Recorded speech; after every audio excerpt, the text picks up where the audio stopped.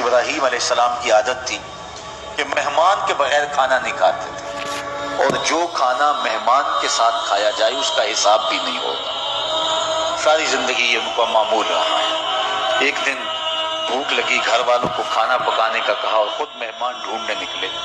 ایک شخص کو جو کہ بوڑھا تھا لے آئے، دسترخوان پہ بٹھایا، کھانا جب لگ گیا تو اس کو کہا اللہ کا نام لے کے شروع کرو۔ اس نے کہا میں تو اللہ کو نہیں مانتا۔ آپ نے فرمایا کہ میں تیرے سے کوئی ربط، رشتہ اور تعلق نہیں رکھتا، اللہ ہی کے نام پہ تجھے کھلا رہا ہوں، تو میرے رب کا نام تجھے کم از کم لینا چاہیے۔ اس نے کہا میں تو بتوں کا پجاری ہوں اور روٹی کے چند ٹکڑوں کے لیے اپنے بتوں سے بے وفائی نہیں کر سکتا۔ حضرت ابراہیم علیہ السلام بولے جب تو اتنا غیرت مند ہے کہ میرے رب کا نام نہیں لیتا اور اپنے بتوں سے بے وفائی نہیں کر سکتا، تو پھر میرا بھی تو کیا لگتا ہے، اگر میرے رب کو نہیں مانتا تو میں تو کھانا اس رب کے نام پہ کھلاؤں گا، کھاتا ہے تو ٹھیک، نہیں تو تیری مرضی۔ وہ حضرت ابراہیم علیہ السلام کے دسترخوان سے اٹھ کے چلتا بنا، وہ گیا تو جبریل امین حاضر ہو گئے، سلام دیا، سندیسہ سنایا۔ رب کہتا ہے اے میرے خلیل، تو نے میرا ایک بندہ ناراض کر دیا۔ یا اللہ، وہ تیرا بندہ تھا، وہ تو تیرا نام لینا گوارا نہیں کرتا تھا، اور تو فرما رہا ہے کہ وہ میرا بندہ تھا۔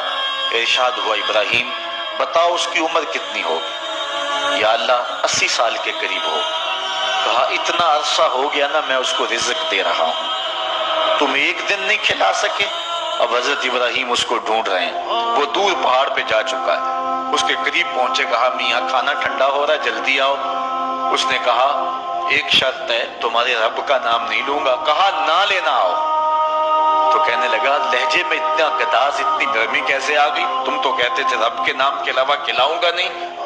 کہا کہ اسی رب کا ہی تو پیغام آیا ہے کہ میں بھی اس کو دے رہا ہوں۔ اس نے کہا اگر تیرا رب اتنا اچھا ہے تو کھانا بعد میں کھائیں گے، پہلے اس کا غلام بنا لے مجھ کو۔ تو وہ رب ہے سب کا، ہمارا حق ہے کہ ہم اس کی پوجا کریں۔ تو اللہ تعالیٰ جل شانہ نے ارشاد فرمایا یا ایھا الناس اعبدوا ربکم، اپنے رب کی عبادت کرو۔ ایک تو وہ تمہارا رب ہے، اور پھر الذی خلقکم، اس نے تمہیں پیدا بھی کیا ہے۔ توجہ چاہوں گا کتنی شان ہے کہ اس نے تخلیق بھی کیا اور پھر اس نے تمہاری تربیت بھی کی۔ جو تخلیق بھی کرے اور تمہاری تربیت بھی کرے، کیا اس کا حق نہیں ہے کہ اس کے حضور سجدہ ریزیاں کی جائیں؟ ساری زندگی انسان ماں کی خدمت کرتا رہے تو بتاؤ ماں کی خدمتوں کا بدلہ دے سکتا ہے؟ ماں کے پیار کا صلہ دے سکتا ہے؟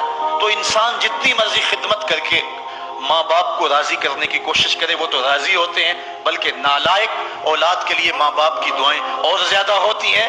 تو انسان ان کی خدمت کا حق نہیں دے سکتا۔ ماں باپ کے اتنے حق کیوں ہیں؟ اس لیے کہ ماں نے بیٹے کو جنم دیا، جس نے جنم دیا ہے اس کے اتنے حق ہیں، تو جس رب نے خلق کیا ہے اس کے کتنے حق ہوں گے؟ جس نے تخلیق کیا ہے، دستے قدرت سے بنایا ہے، تو پھر اس کے کتنے حق ہوں گے؟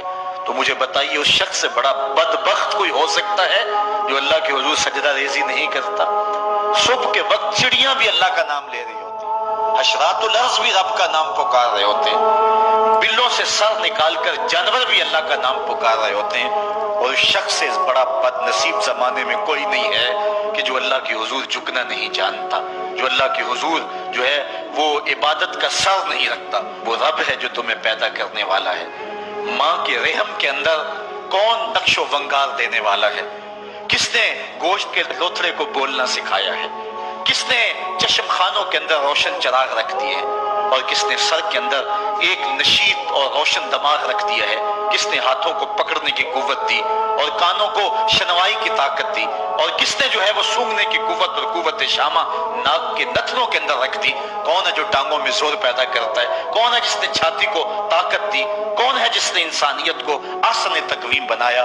انسان، کیا تیرا حق ہے کہ مسجد کے قریب سے تو گزر جائے اور اللہ کا نمائندہ پکار رہا ہو حیا علی الصلاۃ حیا علی الفلاح، آجا نیکی کی طرف، آجا نماز کی طرف، اور تو جو ہے وہ اس کو سننے کے باوجود گزر جائے؟ ایسا ہو سکتا ہے کہ تو اس کے حضور آئے نہ، حاضر ہی نہ ہو؟ یہ بد نصیبی نہیں تو اور کیا ہے؟ اللہ تعالیٰ جل شانہ ہمیں اپنی عبادت کی توفیق نصیب فرمائے۔